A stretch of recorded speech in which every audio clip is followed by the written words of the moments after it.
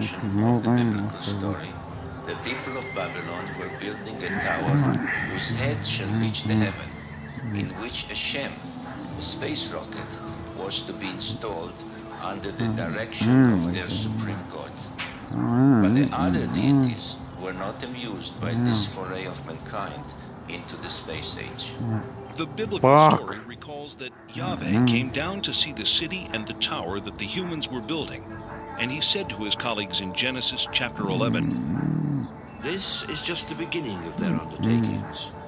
From now on, anything that they shall scheme to do shall no longer be impossible for them. Come, let us go down and confuse their language so that they should not understand each other's speech."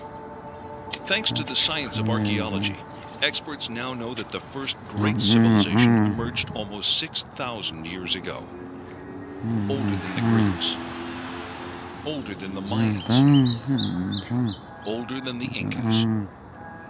The people of this society were called Sumerians, after their land, Sumer, in the great plain between the Euphrates and Tigris rivers, today's Iraq. The book of Genesis calls the land Shinear. For generations, biblical scholars either ignored biblical references to ancient kingdoms or categorized these as legend or lore. Through the study of historical relics and the translation of ancient languages, many biblical researchers now believe that the previously questioned Old Testament references are indeed historically authentic accounts of flourishing, advanced cultures. If you study the Genesis document, God made Adam out of clay and then took Eve out of his rib, one of his ribs, etc. If you study this document, you discover that it's really a much shorter version of a much more complicated document that comes out of Babylonia and then out of Sumer and so on. Now, these ancient texts give a really complicated story of powerful, non-human, godlike beings actually engineering us, making us for specific purposes. Zechariah Sitchin's investigation into these cultures brings him to this 6,000-year-old temple in an excavated area of the ancient city Erech. Until its discovery only 150 years ago, Erech was known only through passages in the Bible. The temple is dedicated to a female goddess named Inanni, also referred to in later times as Ishtar. Zechariah Sitchin. You can see here her features a little damaged. Her divinity was marked by the pair of horns that she had. She held a jar with the water of life, and she was surrounded as a decoration, but perhaps also symbolically, with a symbol that some refer to as entwined snakes, which was the symbol of science in those days, 6,000 years ago. That's the shit on the freaking medical stuff. stuff. Of the Egyptian Ankh, which was the symbol of life and creation. Further results of Mr. Sitchin's research affirm the theory that this visage of entwined snakes is the symbol for genetic manipulation of DNA. Carved out in stone over 6,000 years ago, Ishtar is sometimes depicted flying through the sky and leaving the Earth's atmosphere to traverse the heavens. In ancient Mesopotamia, the secrets of astronomy and other celestial knowledge are kept carefully guarded, studied behind closed doors by an exclusive society of priest astronomers. Cylinder seals like these are the only surviving record of these carefully guarded secrets. This clay tablet carries the print of a cylinder seal about 4,500 years old. It depicts the god Enlil granting the plow to humankind, ushering in the age of modern agriculture. On closer inspection, something completely remarkable can be seen. A detailed depiction of the complete solar system configured identically to that known to contemporary science. With the sun prominently figured in the center, each planet appears in its correct position and relative proportions to the other planetary bodies. On the outskirts is one additional planet, a 10th, not currently located by astronomers of our modern era.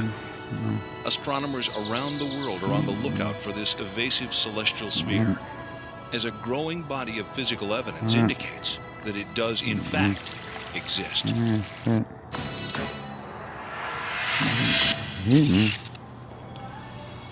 History records the discovery of the planet Pluto as February 18, 1930, by astronomer Clyde Tombaugh.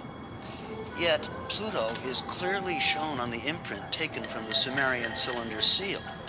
There is also one additional planet, the one that scientists refer to as the mysterious Planet X, the yet undiscovered most distant member of our solar system. According to modern science, prior to the invention of the telescope in the 1600s, humanity had no knowledge of outlying planets beyond Jupiter, as these bodies cannot be viewed with the naked eye.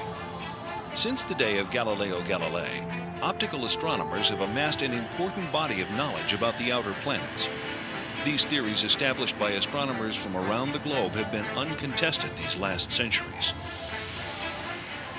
With the technological advancements of our day, new vantage points have developed, such as the unobstructed view of NASA's Hubble telescope and the perspective gained through unmanned probes sent on reconnaissance missions to the outer reaches of our solar system.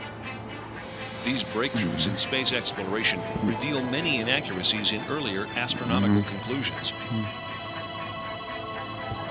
On August 19, 1977, the American space probe Voyager 2 leaves Cape Canaveral on a several-year journey to the vicinity of this solar system's most distant planets. The Voyager's discoveries challenge many of astronomy's recent conclusions, while fully corroborating ancient knowledge. For the first time, we see images of Uranus. Astonishingly, it is exactly as the Sumerians record in their 6,000-year-old description. Though they have no telescopes that we know of, the Sumerians characterize Uranus as Mash Seek, translated bright greenish. They also explain the unique planetary tilt of Uranus. According to the Sumerians, our solar system was invaded by a planetary body that caused collisions and disrupted the existing order. NASA scientists concur that a collision with a body the size of Earth, traveling at 40,000 miles per hour, could have caused both the orbital skew of Uranus and the devastation apparent from the planet's surface scarring. Its neighbor Neptune was described as a blue-green planet by the Sumerians millennia ago, but science has only confirmed this fact during the past few decades. The Sumerians named and listed all of the planets in our solar system. Their documented list of these planets is tangible evidence that in at least one respect, modern man is on a path of rediscovery.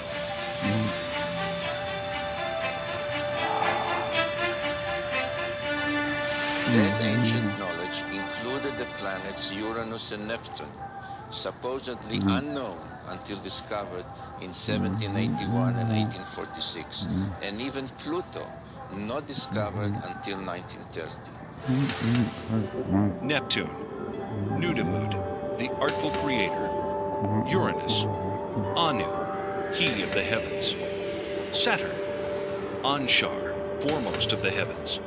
Jupiter, Kishar, foremost of firm lands.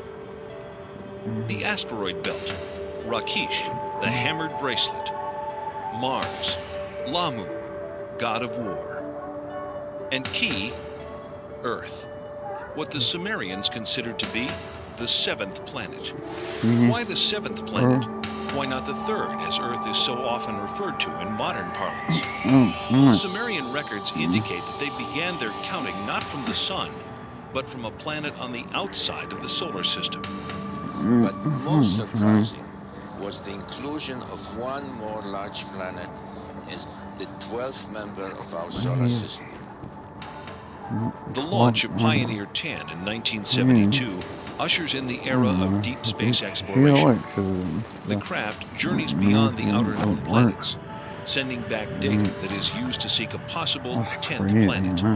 14 August 1978, which was just about 6 weeks after we discovered the fact that Pluto has a satellite. If you have a satellite for a planet, you can determine how heavy it is. It turns out Pluto was very much smaller and lighter weight than we had thought, which meant that Pluto has no influence, no appreciable influence on the motions of the planets Uranus and Neptune. At that point, we voiced the hypothesis that this means that there is at least one yet to be discovered planet in the outer reaches of the solar system. Over the past 2 decades, physicists have joined astronomers in the search for the mysterious Planet X. Now, one of the things we did in 1978, having made this prediction that there was an additional planet, 10th or 12th, depending on your point of view, we sort of put our money where our mouth was, as it were. We went out and we started looking for this thing. We've been able to refine the search area somewhat, get it rather narrowed down. We do our predictions based on the observed anomalies in Uranus and Neptune. We actually are currently looking down in the region of Centaurus, which is just south of the constellation Libra. But if it is in the kind of orbit that we describe here, it would have to be a planet that would have a mass something like 3 to 5 times the mass of the Earth. This would put it intermediate between the gaseous planets like Uranus and Neptune and the terrestrial planets that we have in the inner part of the solar system. So if this planet turns out to be in a 3,600-year orbit, then its mass would be correspondingly larger. This one here is a map of the solar system as we know it. The inner planets, this is the orbit of the planet Pluto. And this here is the orbit that I have proposed for the 10th planet. Here's where we think it is right about now in its orbit. If Planet X exists, we are not alone in this solar system.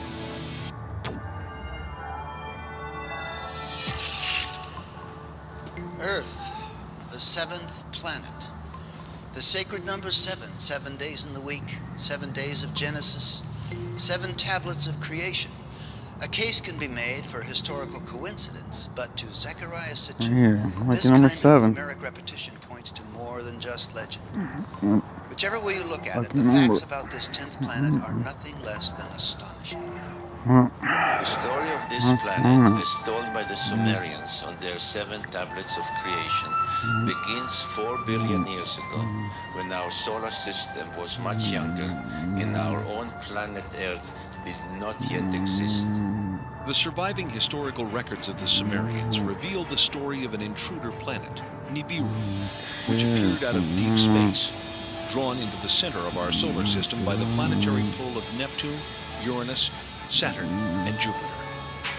On an opposing orbital path with the 7th planet, a planet referred to in Sumerian records as Tiamat, Nibiru's new orbit around the Sun placed the 2 planets on a collision course. Sumerian cosmogony answers many puzzles that still baffle modern science.